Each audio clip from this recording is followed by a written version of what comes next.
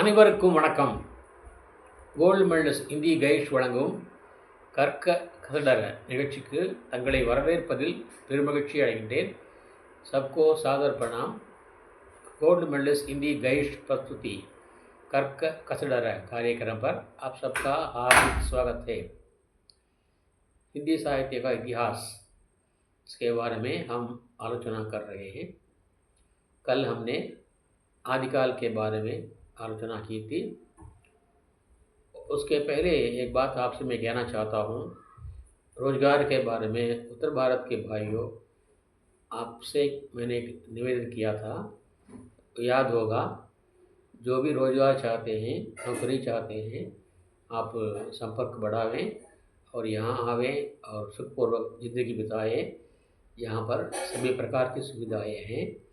आपको किसी प्रकार का तकलीफ़ नहीं होगी. इसलिए आप आइए और नौकरी कीजिए और कमाइए और आराम से जीवन बिताइए. ये मेरी आपसे सविनय प्रार्थना है. आप मेरे श्याम पट पर जो फ़ोन नंबर है उससे संपर्क कराइए और आगे बढ़िए. यही मेरी आपसे सविनय प्रार्थना है. मैंने उस दिन कहा था, वीरगाथा काल का समय जो है 1050 से 1375 तक का समय वीरगाथा काल कहा जाता है. उस समय हर जगह वीरता का सम्मान था. लोग वीर को चाहते थे. इसलिए उस ज़माने में कविगण वीर रस प्रधान रचनाएँ रचा करते थे. तो उसमें वीरगाथा काल का प्रथम महाकाव्य है पृथ्वीराज रासो.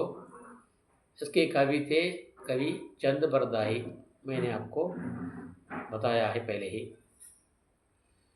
और वो पृथ्वीराज रासो और चंद बरदाई दोनों सगे दोस्त थे, दिली दोस्त थे.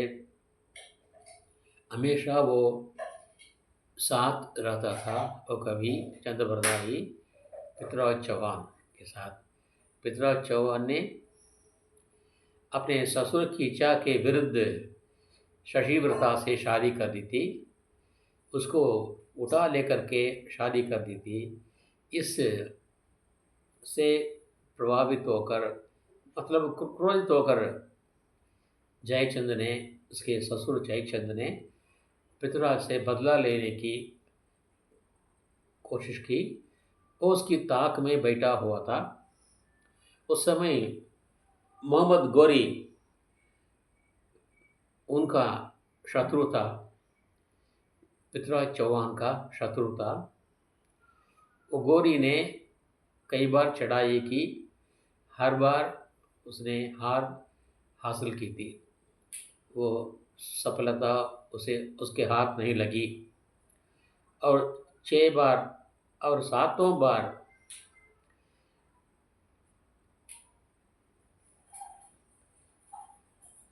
वो गोरी जयचंद के साथ मिल गया. जयचंद ने उसकी सहायता की. उनकी दोनों की सेना एक साथ मिलकर जयचंद पर आक्रमण करती थी.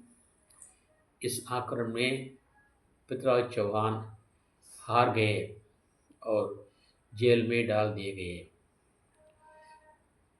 गोरी ने, लेकिन 7 बार जो गोरी हार चुका था, 7 बार, 7वां बार पृथ्वीराज चौहान ने उसको माफ़ करके छोड़ दिया था. राजनीति में शत्रु को माफ़ नहीं करना चाहिए, ऐसा एक नियम है.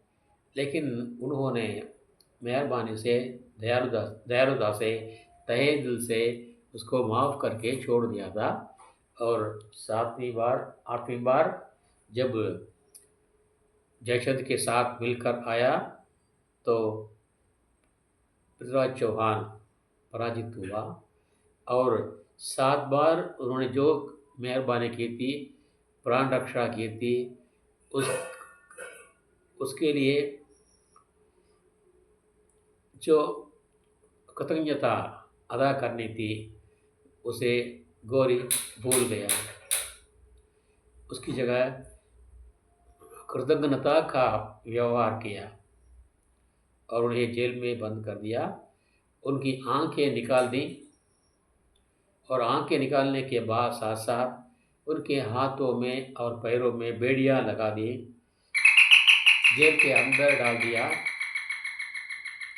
जेल के अंदर डाल दिया और अंध कोठरी में उसको रहने दिया। और साथ साथ दो आंखें जो निकाली गई थी उस जगह पर रोज रात को नींबू का पानी और नमक का पानी डाला गया ताकि वो जलन बढ़ सके, रात में वो ना सो सके। इतनी अत्याचारी उसने की थी।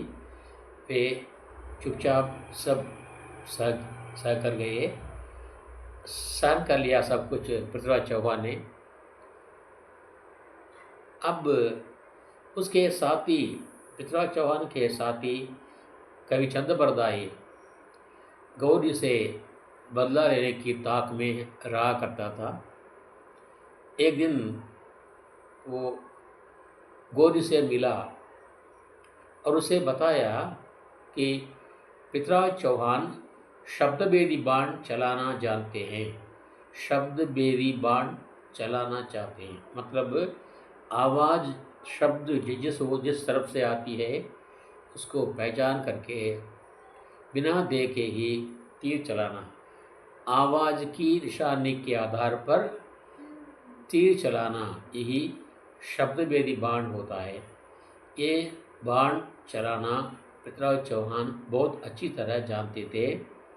इसलिए चंद्रबरदाई ने मोहम्मद गौरी के पास जाकर के उससे कान भरी कि पृथ्वीराज चौहान ऐसी एक अनुपम कला, अभूतपूर्व कला जानता है, तुम उससे ये कला सीख लो, तुम उनसे ये कला सीख लो।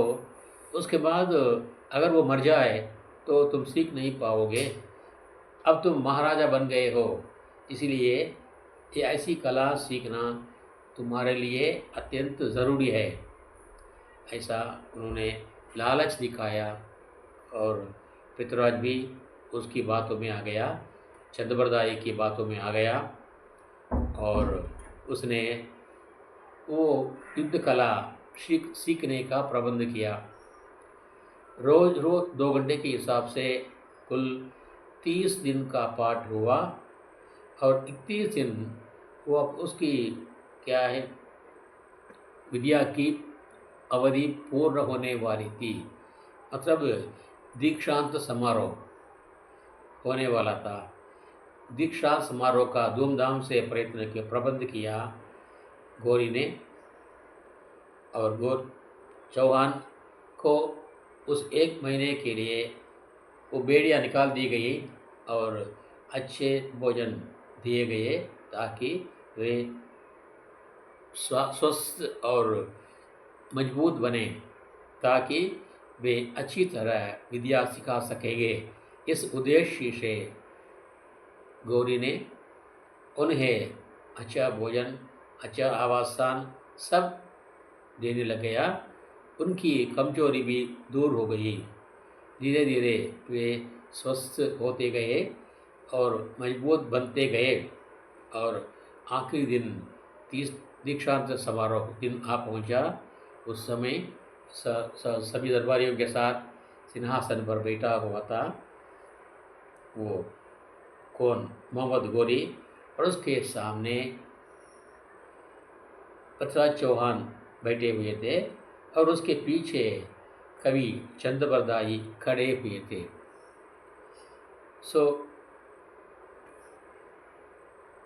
एक